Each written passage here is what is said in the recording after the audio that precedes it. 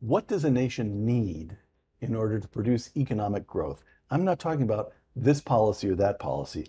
What is the deep structure that a nation needs? John Cogan and Kevin Warsh on Uncommon Knowledge now.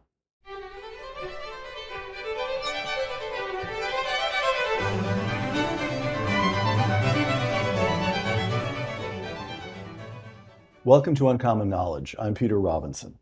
A fellow at the Hoover Institution and a member of the Stanford faculty, John Cogan served during the Reagan administration at the Department of Labor and in the Office of Management and the Budget. His most recent book, A Study of the Federal Budget, entitled The High Cost of Good Intentions. By the way, I should note that although I just introduced that as a study of the federal budget, and it is that, it's also a thoroughly readable and engaging book. A fellow at the Hoover Institution and again a member of the Stanford faculty, Kevin Warsh served from 2006 to 2011 as a member of the Federal Reserve Board of Governors. Now John Cogan and Kevin Warsh have co-authored a study, Reinvigorating Economic Governance, advancing a new framework for American prosperity. John, Kevin, Peter, welcome. All right. A brief overview of where we've been.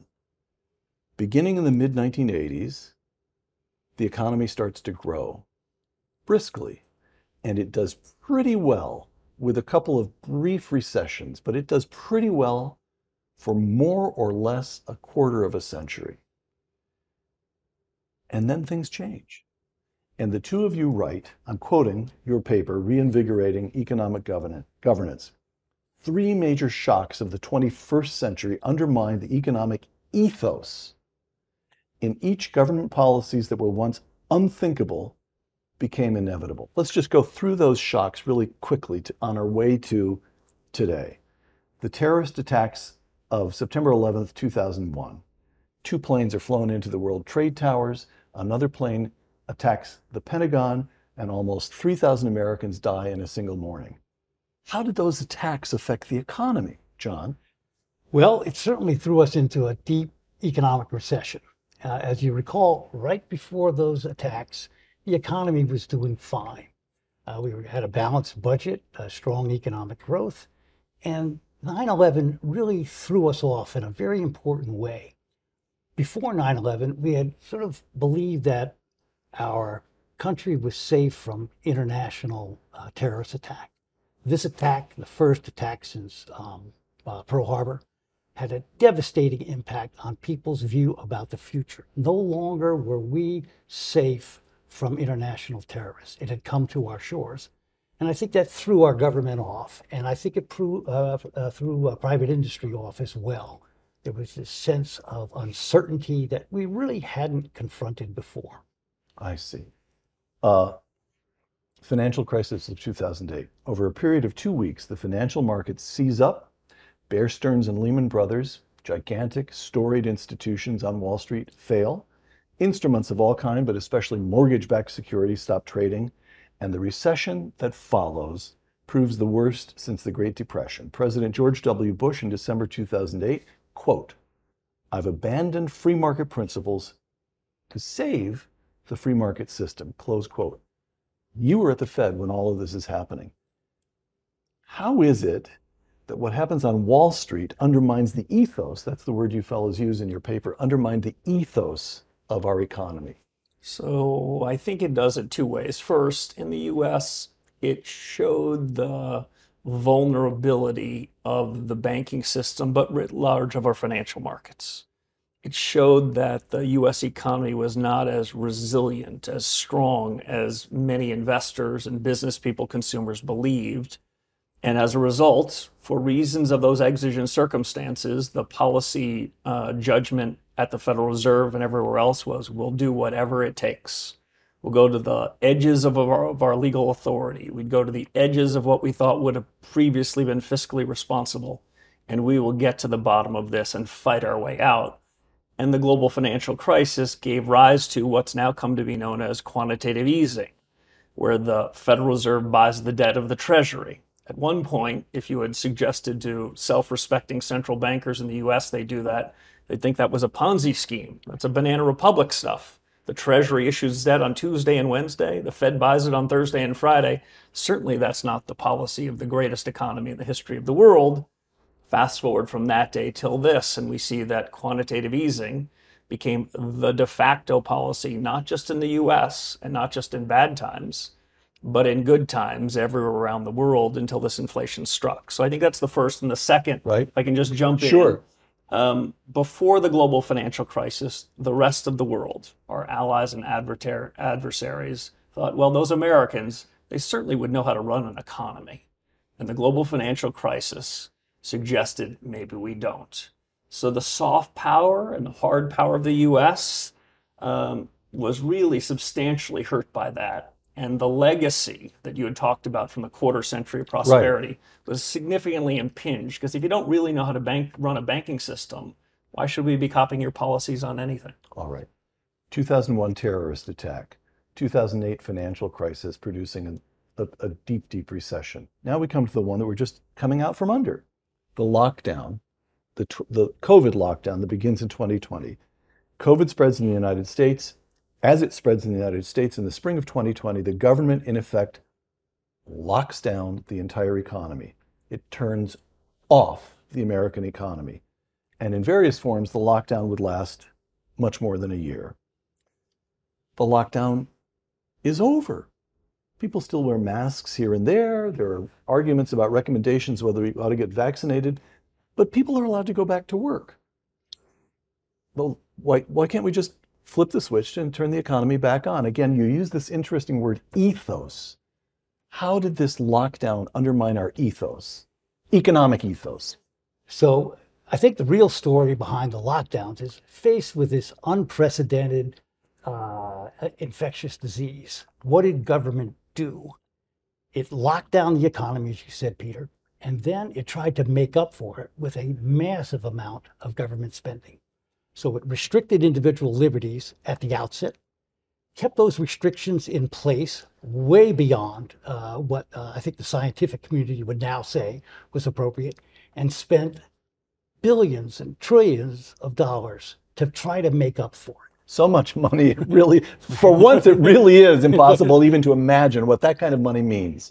And when I think about these shocks, I think what's thrown the public off is not so much necessarily just the shocks.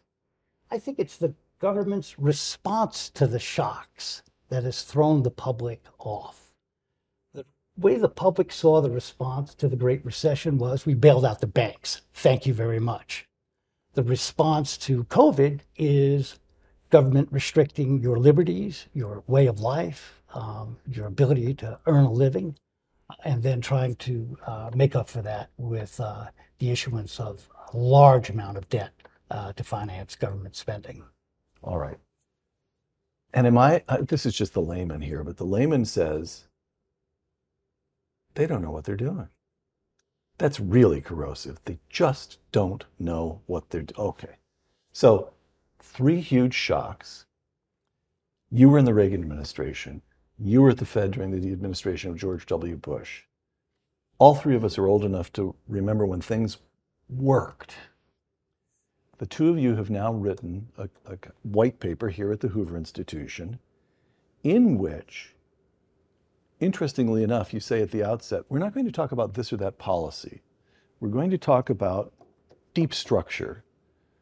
What's the shape of governance that we need to renew? And you come up with what you call a triptych, three panels, so to speak. So let's take these one by one. Your paper, again, is called Reinvigorating Economic Governance. Quote, we employ a triptych as a means for organizing the central elements. Let's just take these one at a time. Ideas is the first of the 3 from your paper. Unlike other economic goods, ideas are special. How come? So they're special because so much of the discussion through these 3 shocks you highlighted were something about, this is all zero sum. More for you means less for me. And the fight was, who's going to get what slice of the pie? But the core to the American ethos, the core to American prosperity, the core to the economic liberty John referenced, is what made the United States special was new ideas. It wasn't the natural endowments of the country. It was the people's ability to generate new ideas. The pie can become bigger. In economic terms, we say ideas are non-rival goods. The more of my idea gets out there, the more value it is for everyone. So the question that we ask ourselves in this paper, as this first leg of the triptych, is, are we quashing the ability to create new ideas, or are we giving rise to them? And throughout these three shocks, where the extraordinary became ordinary, it strikes us that the implications of this larger, more intrusive government was suppressing this idea generation. And if you were going to run an economy or economic policy in a period of managed decline, that would be fine. But that's what's contrary to the American ethos. I see. And so the focus of economic policy should be on allowing the private sector to create and disseminate new ideas. As Kevin said, that's where economic growth comes from, is the generation and dissemination of new ideas. All right. Panel 2 of your triptych, individuals. Again, from your paper, the talents, motivations, and decisions of individuals are key determinants of an economy's potential, close quote. Not corporations, individuals. Not even startups, individuals. How come? Well, when you get right down to it, all of human progress depends upon individuals. Individuals working, individuals saving, individuals investing in their own human capital. Where do ideas come from? They come from individuals. How do institutions get formed and what's their purpose? Their purpose is to aggregate individuals. And so if you're looking for, if you will, the ingredient to a growing, healthy economy, it always starts with the individual. And to build on that, you described at the outset, individuals aren't companies, they're not government. Here's another thing individuals aren't. They aren't groups. Individuals are different from some group to which we might associate with them by virtue of their socioeconomic status or race or background. Individuals have unique preferences and talents. There was a time that wasn't such a radical idea. And so what we're trying to do is resuscitate that, because those individuals are going to be key to generate the ideas in a way such that American prosperity can drive the next leg of economic growth. Your paper is not this pointed, but I want to ask if here's what I'm asking. Are you then pushing back against the whole notion of identity politics? You are reasserting the claim that we need to think of our fellow citizens as individuals, not as members of a race or a region. We've done way too much in terms of identity, in particular if the government thinks of us in terms of identity politics. Forget about the rights and wrongs of it. That is not conducive to growth, correct? Are you saying that? In a word, yes. In a word, yes. All right. In a word, that's the easiest question we're going to get today. John is nodding, saying, how can Robinson be so slow? Yes, yes. Yes. Okay. The third of the panels on your triptych, and the next thing that's going to happen is, well, I'm going to ask you how to apply this triptych. What does it tell us about this issue, and this issue? But here's the third of the three panels. Institutions. Again, from Reinvigorating Economic Governance. The quality of a nation's institutions, this is very striking, the quality of a nation's institutions is more important than natural resource endowments, close quote. What do you mean? Both of you. That's a striking thing to say. So I think it's... The institutions matter more than the oil in the ground or the natural gas available to frackers? So look at Singapore. Wasn't exactly endowed with the greatest natural resources. Look at other countries, other continents endowed with a great excess of natural resources. But unless the governance regimes in their own way had a triptych of ideas, individuals, and faithful institutions, the natural resources are squandered. So what we're suggesting here, I think, is that institutions matter. And there's this bright line that we seem to have confused in recent years between public institutions and private institutions. Companies are not state actors. They are free and flexible to follow their customers, build new businesses, disrupt, even go out of business. But more and more we hear the heads of private institutions that sound a lot more like politicians. Seems as though they're taking on some quasi-governmental responsibilities. And our own judgment is that's in part been caused by these shocks. As the governments encroach more on the world of private institutions like companies, companies themselves have also crossed that line. And that's a line that we think should be resurrected. And then within the private sector, within the public sector, we think just because something is an important public policy imperative doesn't mean it's the job of every institution to do it. I suppose in the next link we'll talk about the Federal Reserve in that regard. We're very likely to, But yes. our constitutional regime doesn't say that the importance drives which government actor acts. In our regime, it says, is that your job? And if that's your job in government, you should execute that as well as you can. But you shouldn't be trying to compensate for the failings of other parts of the U.S. government. Yeah, so let me come at it in a slightly different way. If you look back over history and ask the question, what produces a sound growing economy? What raises standards of living? And the answer is that there are 4 key institutional arrangements that are essential for human flourishing and economic growth. They're private property, the rule of law, free and competitive markets, and limited government. Countries that have those 4 institutional arrangements are countries that have succeeded. You go back before the 17th, 18th century, and you find a period of centuries of little or any growth. Economies and standards of living, they just stagnated. We lack those institutions. And then over time, societies gradually understood the importance of those 4 institutions. And since the development of those institutions, we've seen a world progress like nothing before. And so in a large sense, institutional arrangements, these fundamental institutional arrangements are really important for maximizing the individual liberty of individuals to produce, save, invest. The generation of ideas is assisted by the development of these institutions. And so we think, as we said, they're interrelated institutions, ideas, and individuals. They're interrelated. And it's the institutions which permit the other 2 to really flourish. To state John's point another way, this is in some ways an old-fashioned document. There's references to a lot of our fellow scholars in the economics profession, but the real citation here is to the Enlightenment. We're trying to bring the Enlightenment thinking, which created the greatest hockey stick in human history, massive economic growth when the Enlightenment came on and got rid of that stagnation, and try to make it relevant and resonant to the new generation of policymakers, because if not, we're afraid that the line gets very flat again. All right. So these 4 institutional principles serve, if you will, Peter, as the foundation for our framework.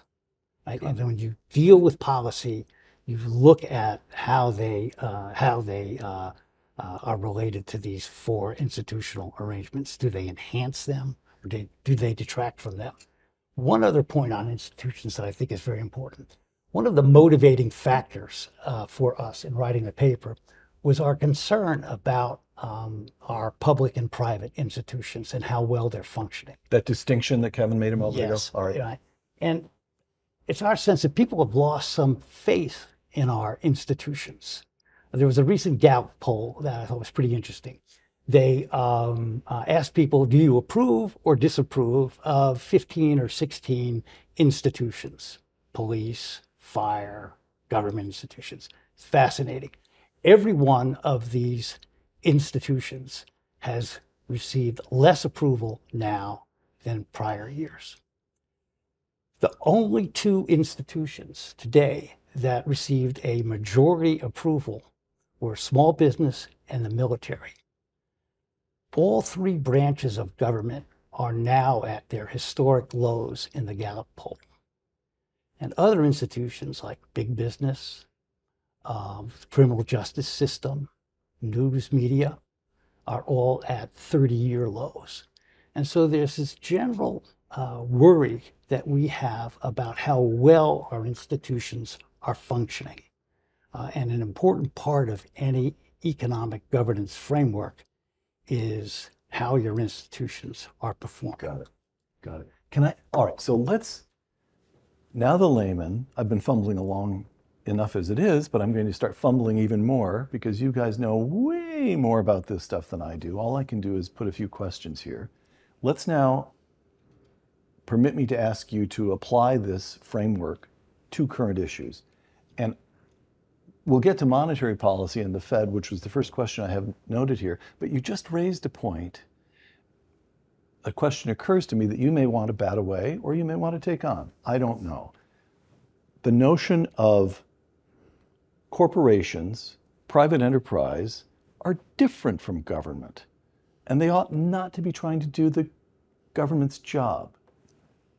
BlackRock, the huge investment operation headquartered in Manhattan. You being you, Kevin, I'm sure you know the people who run that operation because you know the financial players on the island of Manhattan. And they have been for the last year or so pushing DEI, diversity, equity, and inclusion, as one of their central criteria for making investments. They're an enormous operation. They have investments across corporate America. And when BlackRock says, oh, we own 4.2% of your company, by the way, we'd now like to review your DEI policies. Is that an example of a private institution crossing into the wrong lane? So it's an example if the government has the thumb on the scale. I have no trouble with a private asset manager looking to increase their assets under management by marketing themselves as special and different and applying any three initials, ESG, DEI, to them. And if they want to separate hardworking people from their hard-earned money by doing that and charging a larger fee than they could on an S&P index, that's how the private market works. But when our government decides that certain types of descriptions, certain types of behaviors by companies give them an extra plus, either the SEC, the bank regulators, or others, then we've crossed that line. But if a company wants to try to raise money through a new marketing scheme, then they're perfectly well to do it. But I think your broader point is right, which is we see financial institutions, both some of which we bailed out in the '08 crisis, some of which have emerged stronger since the crisis, that have decided that shareholder capitalism really isn't all that it's cracked up to be. We need some kind of third way. We need to look at stakeholders. Again, if that's a decision of private entities, that's fine, but it appears though that's increasingly becoming the ethos of government policy. Okay, so I was wrong then to ask about BlackRock. They get to try whatever they want. Market yourself any way you want to. I should have asked about the CFTC and the SEC. Government institutions. The chairman of the SEC, Gary Gensler, is that his name? Now I'm just reaching from memory. I don't have this in front of me. You two will know. But he is proposing that the SEC adopt rules that will favor companies that pursue certain social policies. Is that not correct? That's a fair statement? And he's wrong to do that. So I'll give John, come in on this. I'll give a more troubling example. All right. The threshold at the SEC for disclosure by public companies used to be this old-fashioned thing called materiality. Is it material to that business? And if so, they should tell the public if they're going to invest in those shares to do so. But now there's a new idea, which is we're not going to debate whether it's material. We in the government have decided that you are engendering grave climate risks. You need to tell us proactively all that you're doing in and around climate in a series of rulemakings that are coming forth from the SEC, separate and apart from materiality. And again, it's fine if companies want to advertise their environmental record, but when the government puts the thumb on the scale and changes the standards, changes the mores, then it's wandering from its day job, it's wandering from its remit, and it's doing something that, I guess as small c conservatives, we find troubling. It's chasing trends, it's chasing fads. And that suppresses economic growth. Instead, yes, it does. In a word, yes. All right. John? Yeah, go ahead. the result is inevitably a misallocation of resources. As Kevin said, in our framework, there is a bright dividing line between what governmental functions are and what private business functions are. And so often in government, when government steps in to interfere in a market on behalf of a particular participant, that has a compounding effect because other participants now see, gee, the government has hung out its shingle, it's open for business, and we are going to get in that business and have them help us. And so what you get is this compounding effect where once you start a small sliver of the economy, government intervening, then you create a demand by other companies for similarly beneficial actions, subsidies, regulations that harm competition, and so forth. And so the worry here is, of course, once you cross that line, you create incentives for further crossing that line. So it's very important to have this separation between the two, and to try to maintain as best you can the separation. And John, correct me, this is not the people's representatives duly elected making these decisions. This is the administrative state. Right. This isn't a law signed by the president that we might like or not like, but it's in some sense the will of the people. This is a group of experts across the government. It's taken on their own to capture the sense of the season. And one index of the health, one index of the extent to which government is straying outside its correct duties is the size of K Street in Washington. When you and I served in the Reagan administration, I don't remember the expenditures, but you could go back and look this up. The expenditures in real terms on lobbyists was X.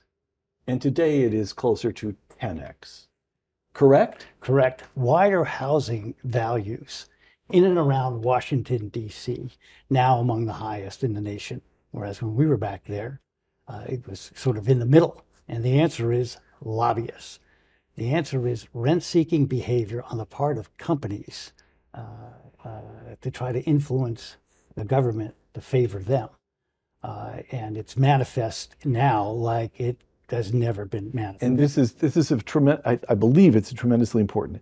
So if you're in a competitive industry and you say to yourself, I can spend X billion dollars on R&D, my outcomes are uncertain, my expenses are enormous, I'm not sure when I'll get a new product out of all of this, the market, all that is very, very hard. Or I can spend another $15 million a year on lobbyists in Washington and tie up my opponents. That's what's going. That's when you say misallocation of resources, you mean resources shifting over to gaming the government and away from the actual production of goods and services. Have I got that right? Yes, and that protection that they achieve from the government prevents new entrants, and new entrants are the companies and individuals with new ideas. And so when you prevent entry into the industry, you're impairing the ability of an economy to move forward through the generation of new ideas. Okay. Fiscal policy. This one's, both of you come in, of course, but Cogan here knows more about fiscal policy. Agreed. Than anybody should, really. The size of the most recent, but when you were at OMB, what was the rough size of the federal budget? Oh my gosh, it was around $600 billion. And you thought that was outrageous. It was. Okay. It was. All right. Here's the size of the most recent budget President Biden signed into law, $5.8 trillion.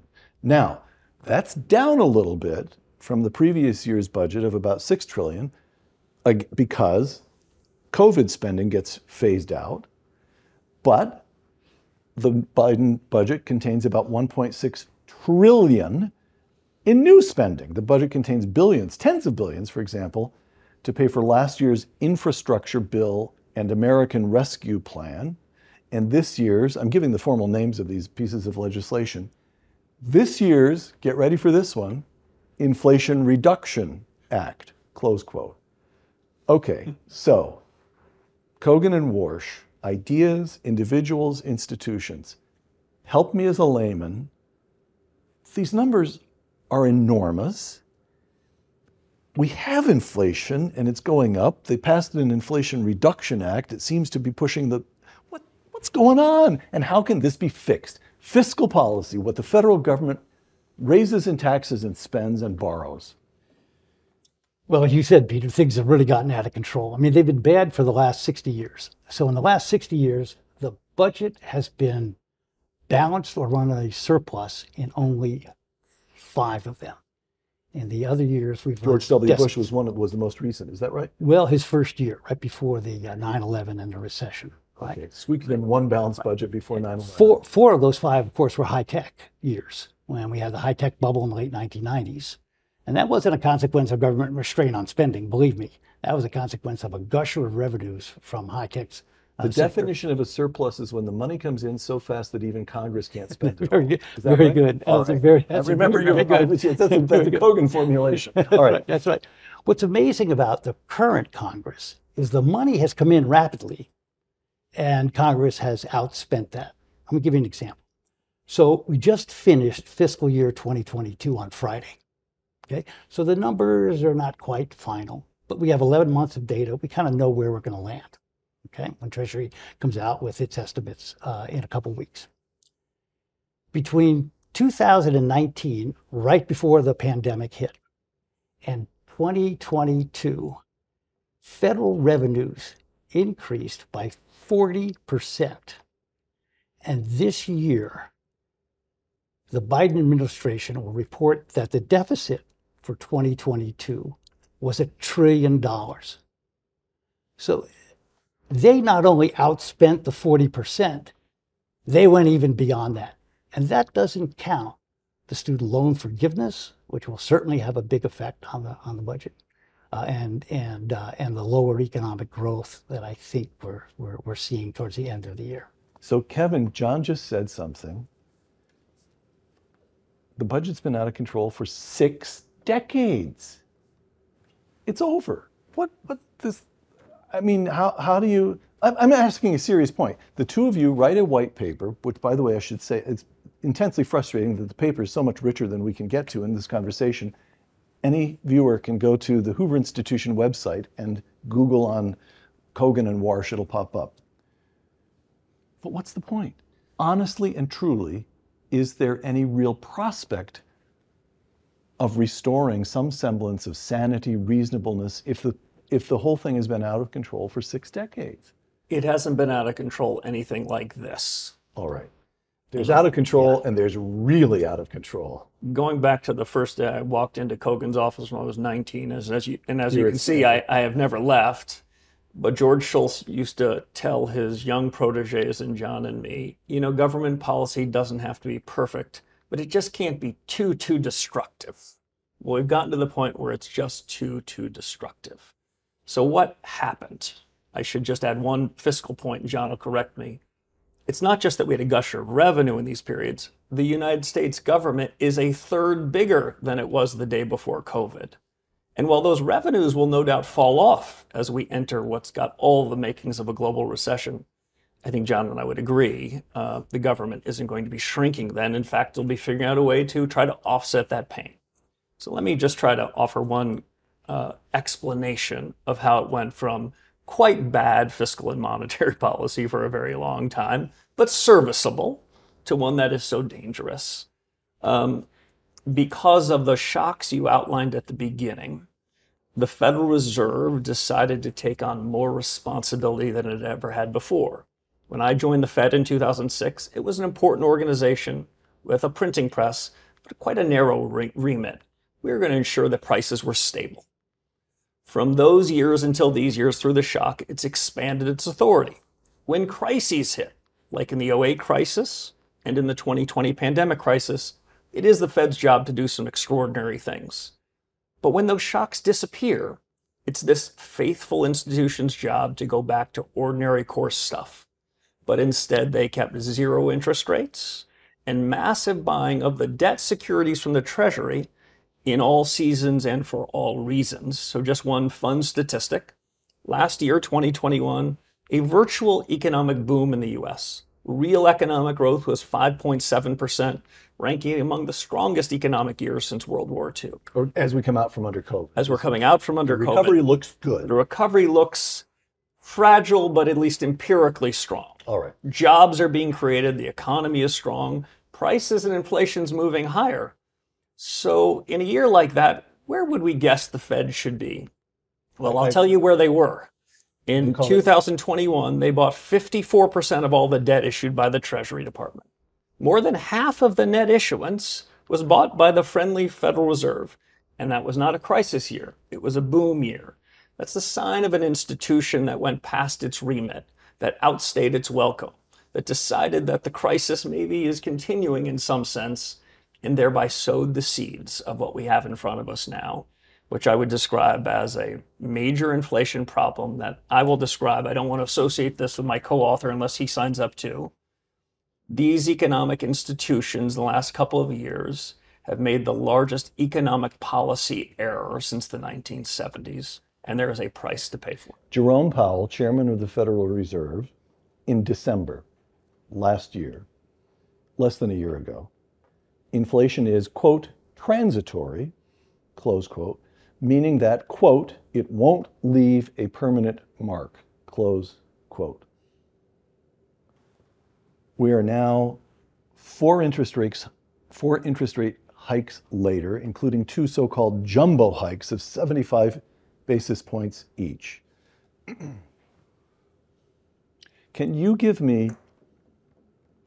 compare what's happening now and your degree of confidence in what's happening now with what Paul Volcker did when he was chairman of the Fed to wring inflation out of the economy during the end of the Carter and the beginning of the Reagan administration? Is that a useful thing to ask? Because what I'm so struck by, the government has screwed up everything it's touched forever, but it didn't used to be too destructive. That's the kind of comparison. Is that a useful thing to say? Volcker versus Powell? That's what I'm asking. What do you Sure. So these periods aren't perfectly analogous, but there's something to the analogy that you make. Right. And in some sense, I think the heart of our paper, Peter, is to summon what Milton Friedman said in 1978, 1979, when he said then, "Never in my life have I seen a period with more danger and more hope than the moment in which we're now in." And that was the year again? 1978, 1979. Right. And he felt the country was at one of those tipping points. From the ashes, from the despair, if we get policy right, there could be a boom that would come, and you would become a speechwriter as part of that boom. If we get it wrong... With Cogan marking up all my speeches, taking out all the good stuff. All right, go ahead. So only the expansions that happen to sneak in every once in a while. John told me that speechwriters weren't allowed to ever dictate policy, so I don't want to relitigate that. But at that moment, that was the seminal moment. So where are we today? In some sense, our risk, the concern we have that motivates the paper, is this the opposite of 1981? In 1981, what was happening? We had Paul Volcker who said, "Not on my watch. We will stop inflation, and we will then, over the next 25 years, have interest rates fall." That's a huge, huge uplift for an economy. At that point, coming through the Carter administration and the Reagan administration, massive deregulation, massive ability to give those animal spirits back, to make those parts of our triptych work. Where are we now? If anything, we're doubling down on re-regulating because of these shocks. In 1981, where were we? We thought that this might be the beginning, after a Cold War that you helped win, of a durable peace and integrated global economy. Where are we now? The global economy is being ripped apart. The G2 rivalry has everyone taking sides, moving to two spheres of influence. This is the opposite of that period. And so the question you ask is the right one. Is the leadership of the Fed prepared now, having really missed the boat early on, to quash inflation? Now that it is front page news, now that every kitchen table, every boardroom is talking about the unstable prices, high prices, are they prepared and willing to do what's necessary? And now I'll have to admit, at substantially higher cost than would have been the case a year ago, to beat these high prices out of the economy. Because ultimately what inflation does is it distracts households and businesses from allocating capital properly and preoccupies them with something they can scarcely control. That is this moment. Yeah, so let me add a little bit to what Kevin's saying. It really is the case that it wasn't just Paul Volcker, and it's not just Chairman Powell. that's produced the inflation. You also have to look at the fiscal side and the regulatory side, as Kevin mentioned. That is, the policies that the Biden administration is following now are restricting supply. The regulatory policies are restricting supply. You see it most acutely in the energy sector, but it extends out into the labor markets as well. Back in the Reagan days, and preceded by Carter, we saw a deregulation of energy. We saw an increase in supply as a consequence of the policies pursued. So on the fiscal side, the divergence is even greater. We have an administration that continues to promote expansions in government spending. Today. Back then, Reagan's fiscal policy was very consistent with Volcker's monetary policy. Reagan wanted to cut spending, which is ultimately the source, I think, of inflation. Lower tax rates to increase incentives for greater supply. In the Biden administration, you have more spending on tap, higher taxes on tap. The deficit being at $1 trillion is exactly contrary to the fiscal policy that you would want to tame inflation. Okay, so let me turn, again, this is frustrating because maybe we should just go for 3 hours and just assume that by the end we'll only have 2 listeners left and it'll be Mrs. Cogan and Mrs. Warsh. My wife never listens. But here's, to shift from what's happening, to shift from policymakers to, again, I'm a layman, I'm putting all of this crudely. In the first instance, the first redress is to change policymakers. So Biden's in charge now. Biden and the Democrats are in charge. And I look around and say, what is the opposition saying? Let me quote to you from Marco Rubio, Senator of Florida, and a conservative. This is Marco Rubio speaking a couple of years ago, which I emphasize because this is something that's in Republican thinking now. Quote, a fundamental shift in the U.S. economy has occurred over the last 4 decades, fair enough so far, driven by the consensus that the goal of business is to maximize financial return, leading to suffering on the part of the American worker and American industry, close quote. So this is the notion that business offshored to Mexico first and then to China and hollowed out our manufacturing. You know the whole argument. But this is Marco Rubio, intelligent, well-spoken, surely a presidential candidate, a past presidential candidate, surely a candidate in the future, and he is saying the kinds of things that you say 2 seconds before you announce a new industrial policy, which used to be anathema to Republicans. What's going on? So I think the problem is one of diagnosis, I think. Mr. Rubio's sentiments, I think we'd agree, are good sentiments. He's concerned about the plight of the American worker. He's concerned about the plight of the American family. He is saying, this much is true. He's saying, I look at what's happened over the recent decades, and ordinary good people got screwed. Right? And he's not wrong about that. He's not wrong. Okay. Right. Where he's wrong is that if you listen to what he's saying about policy, it seems that he's presuming that markets have failed and therefore government needs to step in. What he should be saying first is, gee, has government policy created the problem? Have we made workers worse off because of the labor market restrictions that have been imposed over the last 20 years? Have we made it worse off by taxing corporations so much so that they don't invest in worker skills? He needs to refocus. And what we're hoping is that our framework would help someone like Mr. Rubio focus on market-oriented policies to fix problems, rather than just to go to, here's another government program for this problem, here's another one for that problem.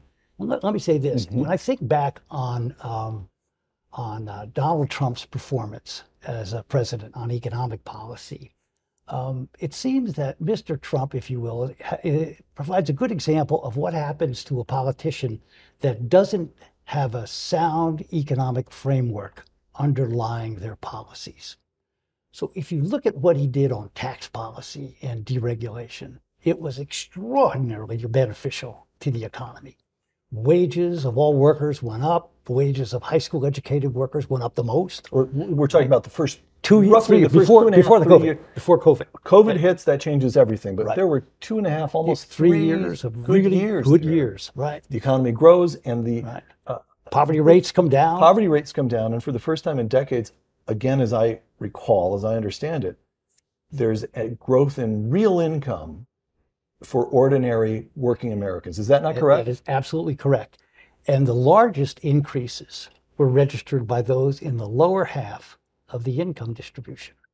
That's there were- exactly what we want. Exactly. All right. Right. And his tax and regulatory policies were the driving force behind those outcomes.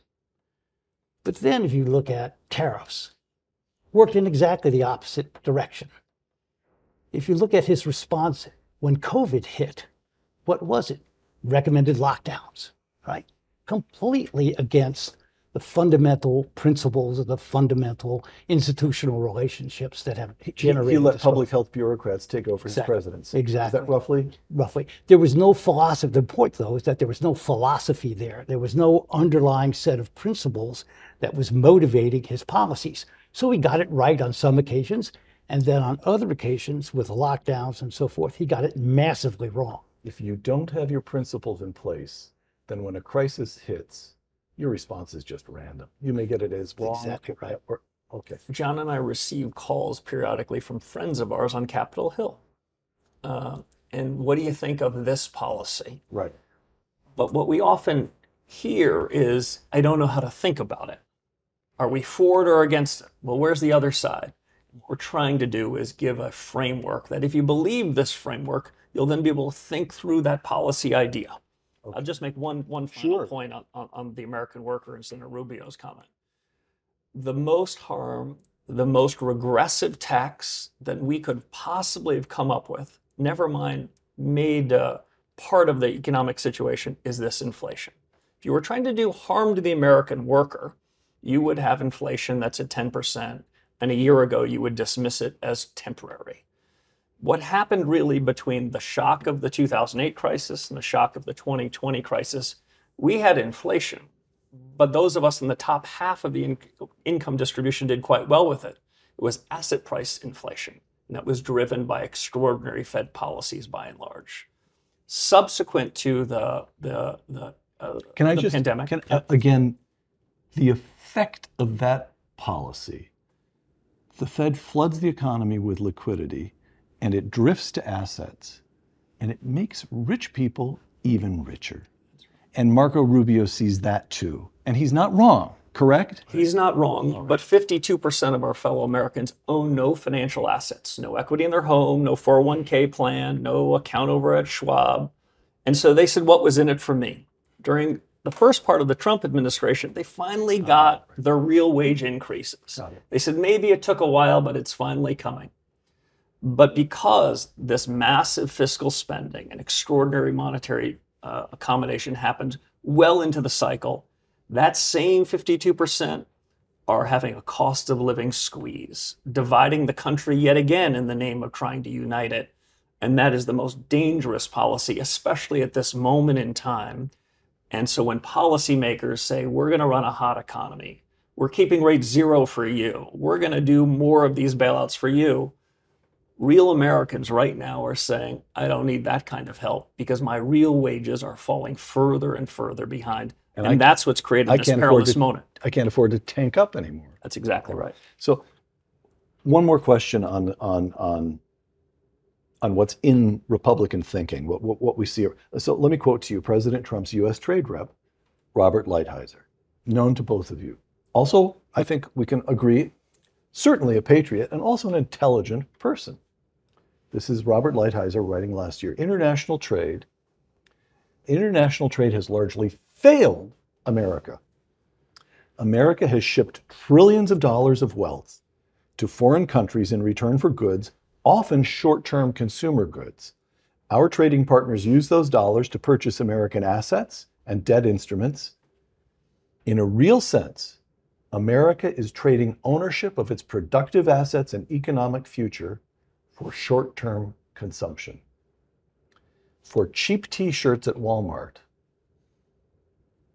we're giving up control of the American economy to the Chinese and others. Plausible argument. And the correct answer is the Cogan Warsh triptych: ideas, individuals, institutions. How does that help me think about the Lighthizer attack on free trade? So the Lighthizer attack translates into a policy of protectionism. Yes. Right. Raise tariffs. Right. Correct. Right. And in our triptych, trade among individuals is a natural liberty. That is, all individuals should be able to trade freely among themselves. You get to say what you want, and you get to trade with anybody you want, right? And it includes domestically, and it includes internationally. And so we think of these protectionist policies as restrictions on individual liberties, like restrictions on what makes an economy grow. And you've got to keep in mind that the harm that's done by these tariffs is substantial. But we don't see it because it's spread across the entire economy. When we impose a tariff on imported goods, the price of imported goods rises. But it's also the case that imports are used in the production of goods here in the United States. So even those domestically produced goods, their costs rise. Something like 60% of all imports are inputs into U.S. production. And so there's a lot of cross-border. Lumber from China that goes into American houses. Right. Glass from Mexico that goes into American cars. All right. So the increase in lumber from Canada. Canada. Sorry. So the increase in prices throughout the economy from tariffs, even if there is no retaliation, is really high. But what politicians find good about tariffs is the benefits in terms of jobs, if you will, protected. Those are very, very apparent. They can point to them. The cost of lost jobs because of higher costs, the loss of real incomes on the part of consumers because prices have risen, those just can't be directly tied by a politician or by anybody to tariffs. And so that we all share the costs doesn't mean they aren't real. Right. That's right. They're just hard to see. And so the political equation is quite unbalanced. And so you get arguments like Lighthizer, that these tariffs are really good for America. And listen, I think Bob's right in that this G2 rivalry will the United States and our allies against China and their allies, whether we like it or not, will likely define the 21st century. And if we think back to the framework you outlined at the beginning of this ideas, individuals, institutions, the direction that the U.S. policy is going is the Chinese direction.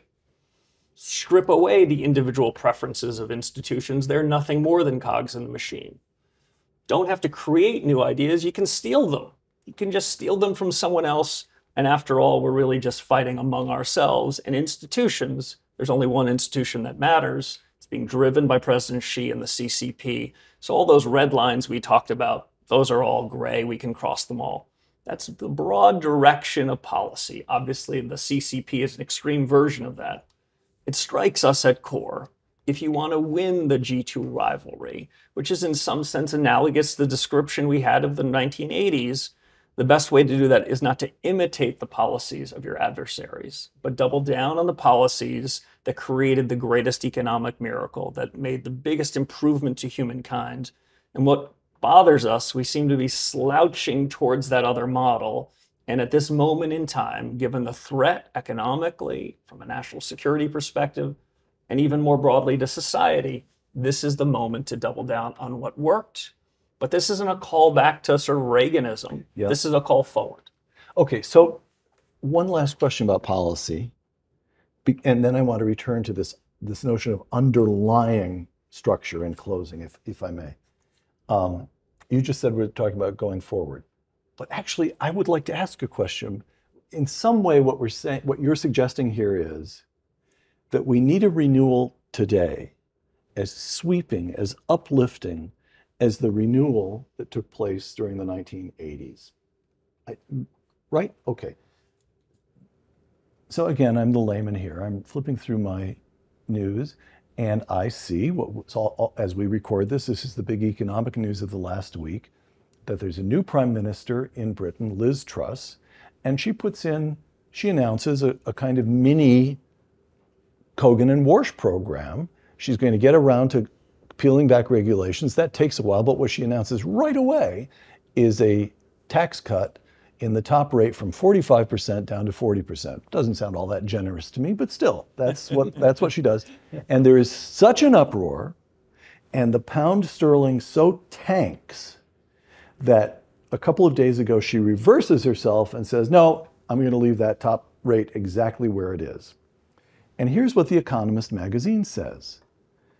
She misunderstood the Reagan record. So this is important.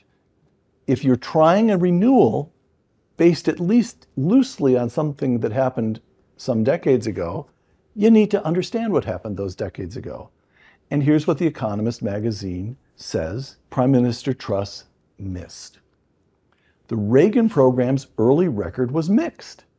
The tax cuts did not stop a deep recession, yet by March 1984, annual inflation had risen back to 4.8%, and America's bond prices reflected fears of another upward spiral in prices. Inflation was anchored only after Congress had raised taxes, close quote. So the Reagan expansion begins as a result of tax hikes. And there you go. That is. But if they're rewriting what actually happened, that's what did happen. Really, when it comes to it, what happened in the 80s? So the 80s, to me, it was a very consistent set of policies, and monetary policy and fiscal policy. The monetary policies, we know, was to tighten. The fiscal policy was to increase the supply of goods. It takes time for a policy like tax cuts or interest rates hikes to work. Lags might be 6 months, might be a year. George Shultz used to call them the economist's nightmare, was the lag, because the politicians always wanted their actions to generate results immediately. But I have to say, we have never had an economic recovery as sustained as we had in the 1980s. So once we got through this sharp recession, we had economic growth that was unparalleled in any other decade, but perhaps the 1960s and the post-war period. The policies became, broadly speaking, bipartisan. Bill Clinton is elected in the 90s, and he does not monkey around with taxes much. There's a little raise here and a little raise there, but he permits the basic regime. This is in the form of a question, by the way. I'm giving you my memory. Bill Clinton permits the basic low tax regime of the Reagan years to remain in place, and he gives a speech in which, a State of the Union address, in which he says the era of big government is over. Clinton claims limited government for his side. We Democrats now embrace limited government. Is that correct? So that was the triptych working so well that the political economy adopts it. Right. Now, there's different flavors between Democrats and Republicans in the early 1990s, but you had agreed on a sort of period of peace and prosperity and what you could do to achieve that. Jim Carville and others might have had little tricks on the margin, but we had a consensus. When you read the criticisms of Prime Minister Truss now 30 days into her prime ministership, I can't help but note two things. It's quite convenient to blame her and a single speech for a decline in the Great British pound that's now been happening for a couple of years. It's quite convenient to blame her for this inflation, which has now been part of the UK experiment for a couple of years. And in fact, the move up in gilts that happened in and around this question about tax cuts. Are you talking about financial instruments, not moral pangs? Yes. All right. So this is the risk-free rate of the United Kingdom. Blame her in this one speech. I think that's really quite unfair. So just to give a simple example, she announced about a week before the tax cuts that there would be a bailout, so the government would pay for all the higher energy prices So consumers wouldn't have to pay the surge in their energy bills. Corporations wouldn't have to pay for the surge in their energy bills.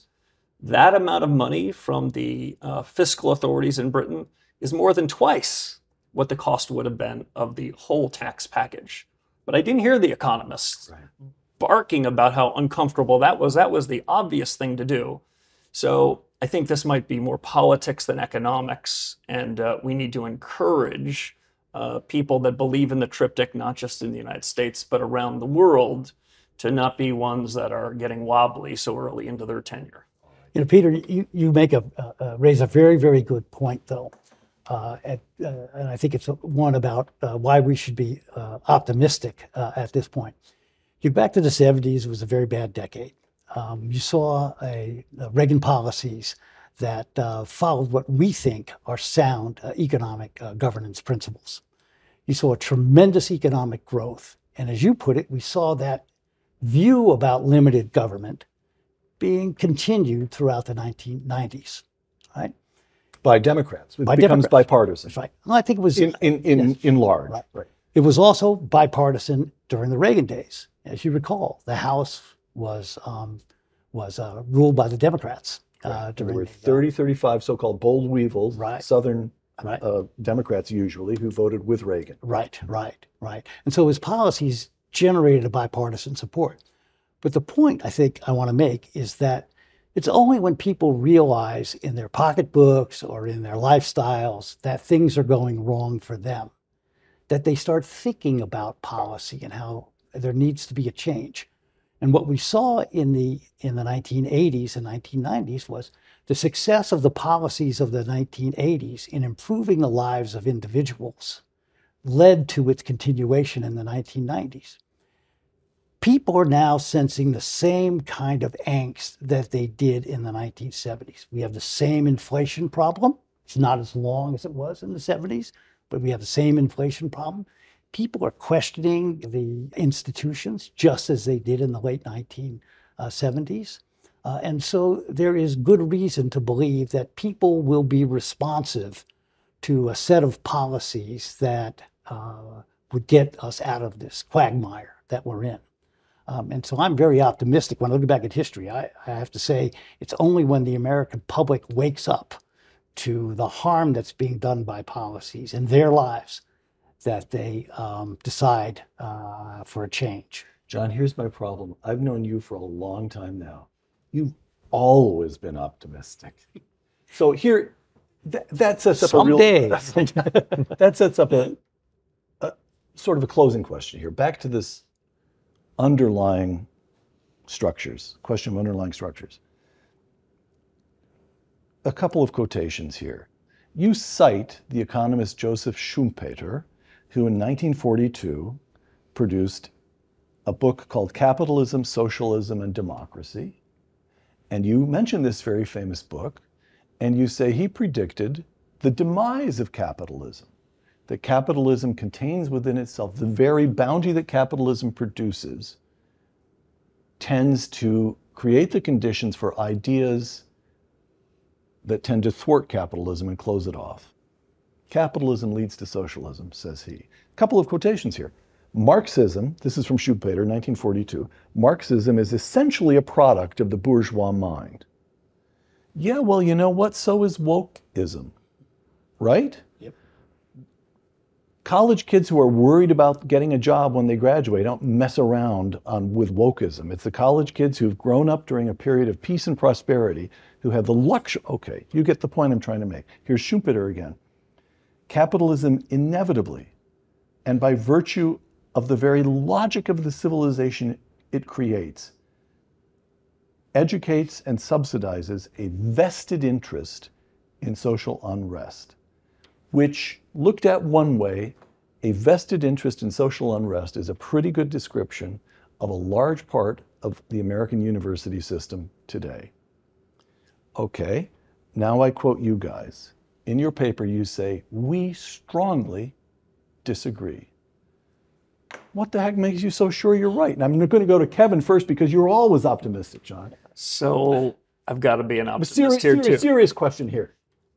When the virtues seem to erode, the other thing you guys write is that A robust civil society. Our triptych, ideas, individuals, and institutions, seeks to cultivate virtue. That's a very serious and sweeping claim.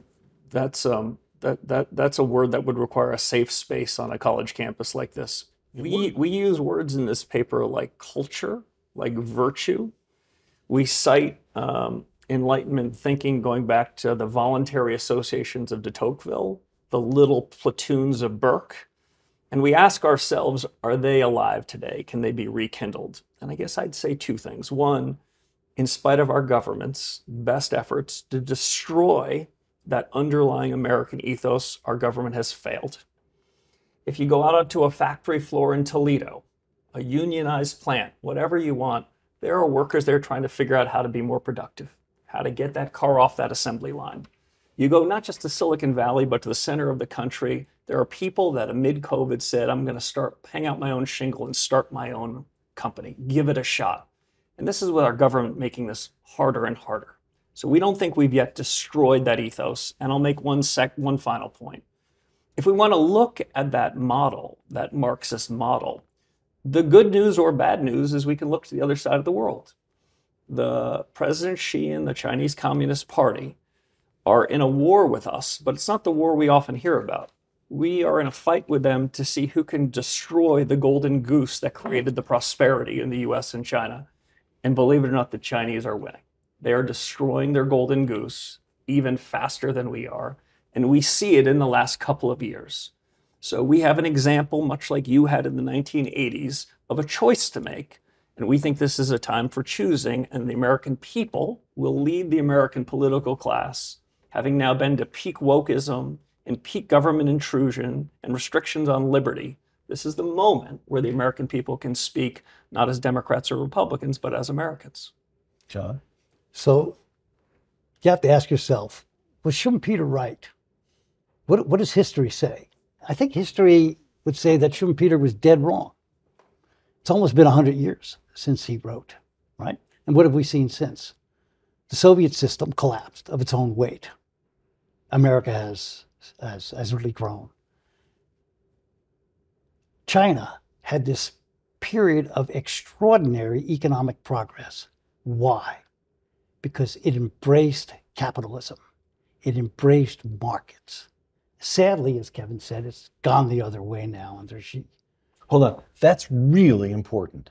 That the correct way to understand, you hear it said over and over and over again, that whatever is going on in China lifted something like 500 million or more people out of really abject poverty. And that creates a certain legitimacy of its own. But the correct analysis is that China lifted those people up. China didn't lift anybody out of poverty. Those people were given the freedom. That's what the Chinese government did. It backed away long enough to permit economic growth to take place. That's the correct conclusion, not that dictatorial powers, a well-meaning communist, that's not, okay. I've got that right? You said it better than I. That's very seldom, John, but all right. Right. So the upshot is the world, in some sense, has gone the other way from Schumpeter. Right? They've gone more to capitalism, and people have seen that when you have a capitalist system, when you have free markets, private property, rule of law, and you limit government steps back, you see progress, you see a human flourishing.